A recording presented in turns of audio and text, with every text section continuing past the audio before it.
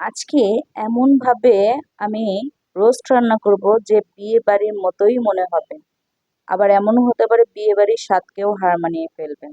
Hello everyone, আসসালামু আলাইকুম। তো চলে এসেছি আজকে আর একটা সুন্দর রেসিপি নিয়ে। সেটা হচ্ছে কি, আজকে ফার্মের মুরগি দিয়ে সুন্দর করে রোস্ট রান্না করব। একদম বিয়ে বাড়ির মতো, একদম এত টেস্ট হবে মাশাআল্লাহ। যে খাবে সে বলতে বাধ্য হবে যে এটা কোনো ভালো মানের কোনো বাবুর্চির হাতের কোনো রান্না। তো এই যে আমি মুরগিগুলোকে হালকা ভাবে ভেজে নিয়েছি, একটু লবণ আর অল্প আদা রসুন দিয়ে ভেজে নিয়েছি হালকা ভাবে, দেখতেই পারলেন। আর এখানে অনেকগুলো তেল দিয়ে ভালো করে অনেকখানি পেঁয়াজ দিয়ে দিলাম, কারণ এটা অনেকটা ভাজতে হবে আর অনেকগুলো মুরগি এখানে। তো এই যে এখানে আমি গোটা কিছু মশলা দিলাম, যেখানে দারচিনি, এলাচ আর গোলমরিচ, কাবাব চিলি আর হচ্ছে গিয়ে জয়িত্রী আর হচ্ছে গিয়ে দুইটা তেজপাতা। আর এই যে রসুন বাটা দিয়ে এখন আদা বাটা দিব, একটু খানিকটা বেশি আদা বাটা দিব, দিয়ে এটাকে তেলের ভিতরে ভাজবো বেশ কিছুক্ষণ। ভাজার পরে তারপরে আমি পানিটা অ্যাড করব আর কি। তো বেশি পানি দিব না, রোস্ট এটা যেহেতু ফার্মের মুরগি, এখানে পানি বেশি দেওয়া যাবে না, অল্প অল্প করে পানিটা দিতে পারে। এখানে আবার আমি আমার নিজের হাতের মানে গরম মশলাটা আমি তৈরি করেছি, আর এখানে জিরার গুঁড়া দিলাম আর অল্প পরিমাণেরই লবণ দিচ্ছি, লবণটা বেশি দেওয়া যাবে না যেহেতু এটা মিষ্টি মিষ্টি হবে। আর এই যে ধনিয়ার গুঁড়াটা দিয়ে দিলাম। বারবার দেখতে পারতেছেন আমার ক্যামেরাটা নড়তেছে, আমি নিজেও জানি না কেন ক্যামেরাটা বারবার নড়তেছিল। মনে হচ্ছিল ভূতে নাড়াচ্ছে, আসলে এটা স্ট্যান্ডে ছিল। তারপর যে কেন একা একা ক্যামেরাটা নড়তেছিল, আমি যখন ভিডিওটা এডিটিং করতে গেলাম তখন দেখতেছি যে ক্যামেরাটা অনেক বেশি নড়তেছিল। তখন মনে হচ্ছিল যে তাহলে কি ভূত নাড়াচ্ছিল কিনা। জাস্ট জোকস করলাম, হ্যাঁ, মজা করে বললাম আর কি। তো যাই হোক, ওই যে ভালো করে নাড়াচাড়া করে এই যে মাওয়াটা দেখালাম, গুঁড়া দুধটা দেখালাম।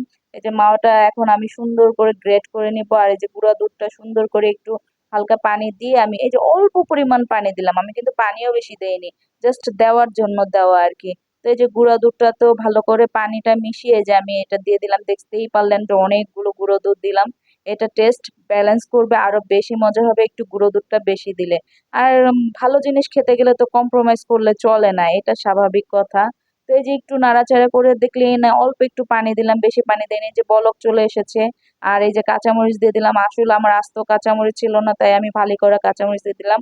আর এই যে গ্রেট করা মাওয়াটা দিয়ে দিচ্ছি বেশ খানিকটা, এইটাই একদম বিয়ে বাড়ির রাজকীয় স্বাদ আনবে। মাশাআল্লাহ, এত এত মজা হয়েছে। আর এই যে এই ঘিটা, আমার ঘরে আমি অন্য কোনো ব্র্যান্ডের ঘি খেতেই পাই না, তবে আমি এই ঘিটা আমার খুবই খুবই ভালো লাগে, ফেভারেট। এটা অনেক বেশি মজা, আমি সবসময় এই ঘিটাই ব্যবহার করি। তো এই যে আমি ঘিটা দিয়ে দিলাম, আর এই যে কেওড়া জল খানিকটা দিয়ে দিলাম, ব্যাস।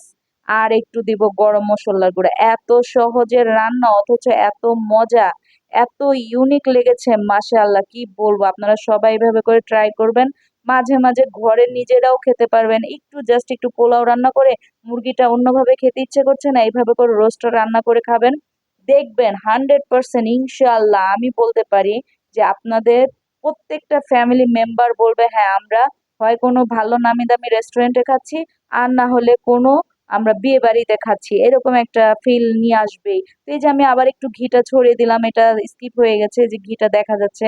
এই যে ফাইনাল লুক। তো কেমন হয়েছে জানাবেন, আর নিজেরা প্লিজ ট্রাই করবেন।